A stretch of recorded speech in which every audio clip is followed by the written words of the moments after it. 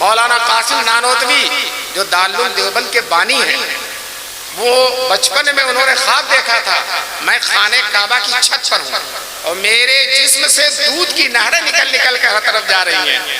کسی عارف کامل نے اس خواب کی تعبیر یہ بتلائی تھی کہ یہ بچہ بڑا ہو کر انشاءاللہ حضور کے دین کی ایسی خدمت کرے گا جس کا فیض دنیا کے چپے چپے میں جائے گا۔ دوستو آج آپ کہیں بھی چلے جائیے، کہیں بھی چلے جائیے، دارالعلوم دیوبند کا فیض چمکتا ہوا نظر آ رہا ہے۔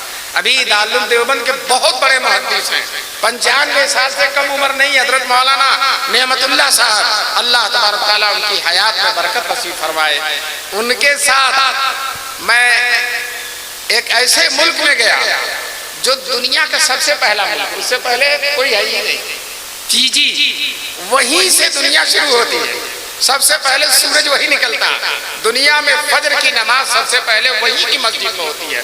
اس مسجد کو بھی دیکھا، چلتے گئے گھنٹوں جہاز اڑتا رہا، جب اس جزیرے میں پہنچے ہیں تو ماشاءاللہ عربی کے مدرسے وہاں، اور دورے تک کی تعلیم کئی مدرسے دورے کے۔ ہم نے ان علماء سے پوچھا آپ لوگ کہاں سے پڑھ کر آئے ہیں؟ کہنے لگے دارالعلوم دیوبند سے پڑھ کر آئے۔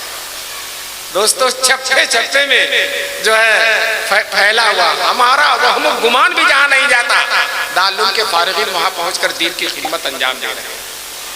چنانچہ یہ مدرسہ محرم کے مہینے میں قائم ہوتا ہے، اور ایک استاد اور ایک شاگرد سے، اور شعبان آتے آتے اسی سال چند مہینے کے اندر دورے تک کی تعلیم ہو جاتی ہے، دورے تک۔ اور طلبہ صرف دیوبند کے نہیں، سہارنپور کے نہیں، مظفر نگر کے نہیں، میرٹھ کے نہیں، سمرقند و بخارا کے طلبہ، کابل و قندھار کے طلبہ، ایران و توران کے طلبہ جوق در جوق چلے آئے۔ اس زمانے میں نہ کوئی ریڈیو، نہ کوئی ٹیلی ویژن، نہ موبائل، نہ ذرائع ابلاغ، لیکن اللہ کی رحمت کے فرشتوں نے ہر جگہ خبر کر دیا، اے علوم نبوت کے پروانوں، چلو دیوبند میں نبوت کا چراغ جل گیا، علوم نبوت کا۔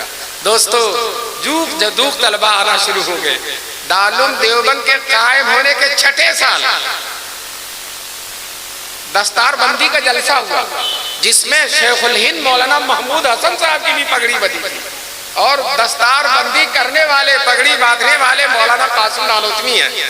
انہوں نے تقریر کیا، تقریر میں حضرت نے فرمایا ابھی ہمارے مدرسے کو 6 سال ہوئے ہیں صرف، اور اللہ نے توقع سے زیادہ مقبولیت دے دی ہے۔ حضرت نے اپنی تقریر میں کہا کچھ بچے مکے میں پڑھتے تھے، مدینے میں پڑھتے تھے، جب انہیں معلوم ہوا کہ دیوبند میں مدرسہ کھل گیا تو مکے اور مدینے سے آ کر دیوبند میں انہوں نے داخلہ لے لیا، مکے اور مدینے سے آ کر دیوبند میں داخلہ لے لیا۔ دوستو جب مدرسہ بڑھتا گیا، طلبہ کی تعداد زیادہ ہوتی گئی، تو یہ طے کیا گیا کہ مدرسے کی الگ عمارت ہونی چاہیے۔ مسجد میں کب تک چلے گا؟ حضرت نانوتوی رحمت اللہ علیہ نے فرمایا مدرسہ مسجد میں چلے گا تو طلبہ آزاد ہوتے ہیں، کبھی مسجد کے لوٹے ٹوٹ جائیں گے، کبھی مسجد کی چٹائیاں پھٹ جائیں گی، ان طلبہ کا کوئی اعتبار نہیں، اس لیے مدرسہ الگ قائم کیا جائے۔ حاجی عابد حسین اس زمانے کے بزرگ تھے، انہوں نے کہا نہیں، مدرسہ مسجد کے اندر رہے گا۔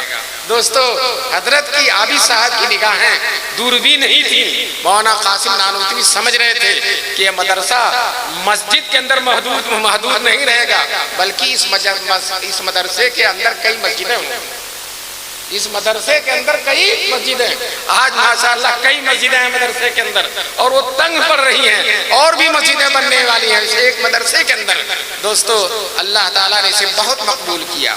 اب جب یہ طے ہو گیا کہ مدرسے کی الگ سے عمارت رکھی جائے گی اور بنیاد رکھی جائے گی، تو اعلان ہو گیا فلاں دن جمعے کو مولانا قاسم نانوتوی کا واعظ ہوگا، اور واعظ کے بعد مدرسے کی بنیاد رکھی جائے گی۔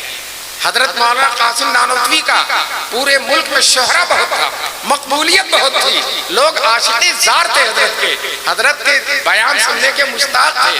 چنانچہ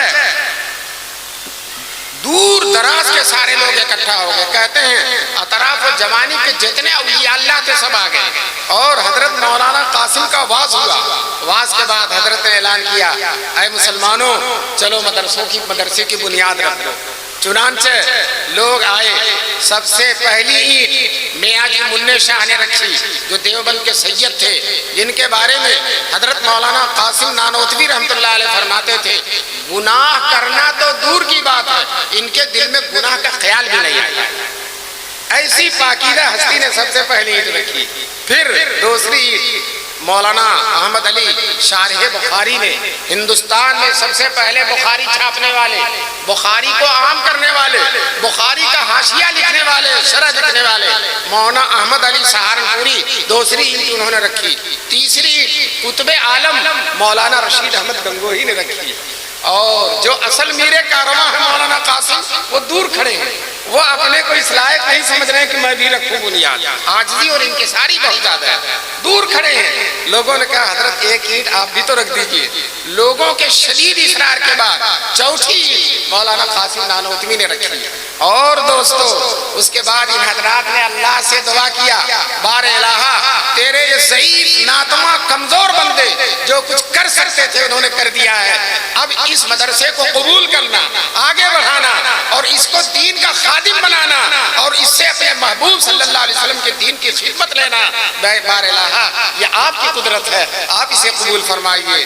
دوستو اس مدرسے کو اللہ نے اتنا قبول کیا، اتنا قبول کیا، آج 150 سال کا زمانہ گزر گیا مدرسے کو قائم ہوئے، اور پورے اس 150 سال میں رات اور دن کا کوئی حصہ نہیں جاتا کہ وہاں کے فارغین دنیا کے چپے چپے میں دین کی خدمت نہ انجام دے رہے ہیں۔